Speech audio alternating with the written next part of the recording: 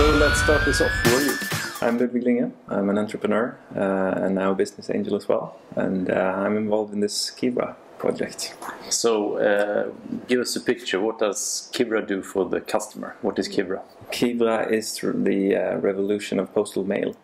Okay. So we believe that if postal mail was invented today, it would probably have been a pretty bad invention. And we believe that postal mail generates a lot of paper, so it's not good for the environment.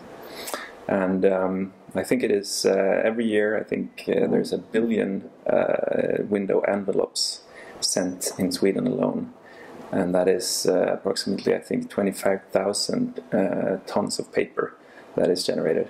So it's pretty bad for the environment, and I would say it's pretty bad for consumers and for users as well, for the receivers of mail. I think a lot of people can recognize the situation where you end up with a lot of invoices, with a lot of insurance papers, everything, and it ends up in a, well, if you're really well organized, maybe you organize the stuff once a year, you put them in place in a folder system, and you feel proud of yourself. But I think most people, they have all of the important papers in a pile of paper on a desk somewhere, or potentially they just throw them away. Yeah, I mean, one reflection there. I mean, just get this. How do I do it myself? And actually, I actually bought a scanner on Amazon, and then I scan all these papers to get them into Evernote, so that one day I might search for something. Exactly. Sometimes I search for something, but just to get the anxiety off my chest. Exactly, and that's interesting. And I mean, you're an early adopter for sure, so you can take the pain of buying the scanner and setting everything up and figuring out how to use Evernote and so on. But I think what we want to do is we want to make that thing that you describe easy to get for everyone. So you should basically, if you have an internet connection and a smartphone or a computer, we want to make sure that people can send you postal mail. Organizations and companies and governments can send you postal mail, and you can receive them in a secure way. And we help you bring order to them to make you feel better, to make your everyday life better. Wow. Yeah. So tell us about the project. I mean, you're guys who are doing this project or this entrepreneurial trip for the second or third time. So who are you guys? Right. So I was a co-founder of a company called TAT, the Astonishing Tribe, that I founded together with 5 friends more than 10 years ago now, and we created, or I think I could say that we became a world leader in mobile user interfaces, and we worked with Google and Motorola and Samsung and Sony Ericsson and the big telco giants. Then you were acquired by we were acquired by BlackBerry a bit more than 2 years ago. And after that,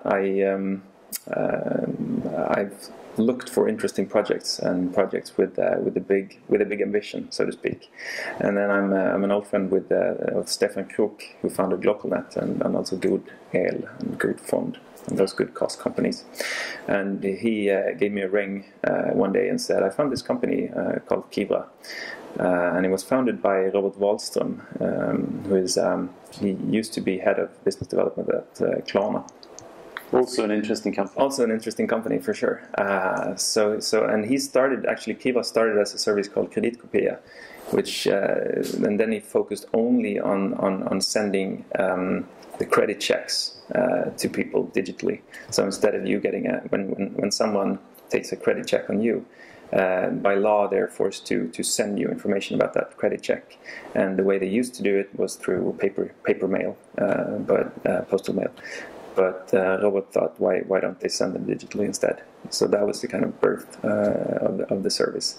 And then when Stefan came into the picture and met with Robert, they started to talk about the broader picture, the bigger picture of making sure that we can take care of. We want to basically replace postal mail, all kinds of mail. So you want to leave the trees in the forest and cut down radically on transport. Exactly. And to facilitate it also for the end user. Exactly. And so for the end user, they should be able to receive their mail wherever they are. So not just when they come home and through their mailbox, but basically when they're on the bus, when they're on vacation, everywhere, anytime.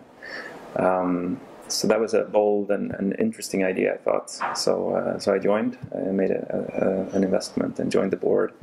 And what Stefan and Robert wanted me to bring was, I think, my background from the mobile space as well, because they knew that if we're going to revolutionize postal mail, we need to make it mobile. Yeah. We need to have a kind of a mobile first thinking, and that's something that I've been working a lot with in Kivra, and looking at the user experience of the whole service. I mean, this is really exciting. Now, what do you see ahead right now at the moment? What are your challenges, and what's your excitement in the team at the moment? Right. So I mean, we've talked a lot about the environment, saving the environment. We talked about the user experience for the end user, of course, who at the end of the day who actually sends all of the mail are the senders, and those are big organizations. I mean, the guys who are sending you invoices or insurance papers or what have you. So, I mean, the big challenge for us, and what is exciting, is of course to make sure that we connect as many of those senders as possible to the Kivra service, to the ecosystem, so that they can send mail in a secure way to the receivers. I mean, that's where the big challenge is, of course. But on the other hand, I mean, for them, we talked a lot about the benefit for the end consumer, but or for the receiver.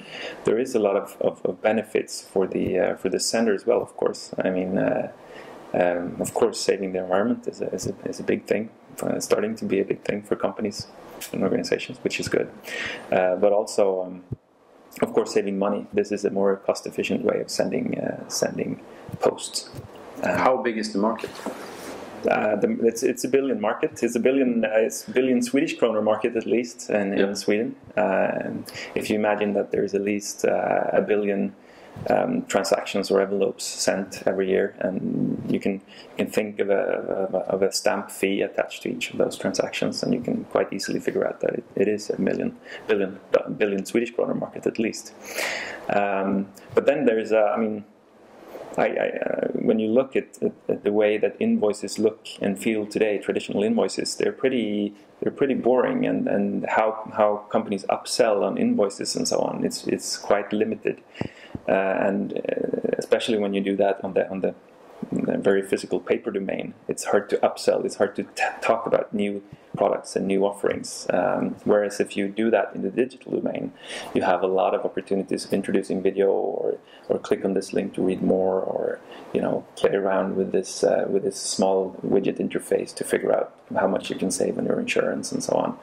So by going from the traditional paper domain to the digital domain, senders can potentially make more money from whatever they're selling or doing.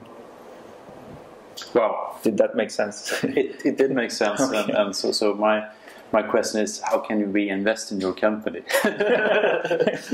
But that's another discussion. But frankly, now the three game change questions we always ask. Why are you so passionate about startups? The first question is startups in general. I think because startups.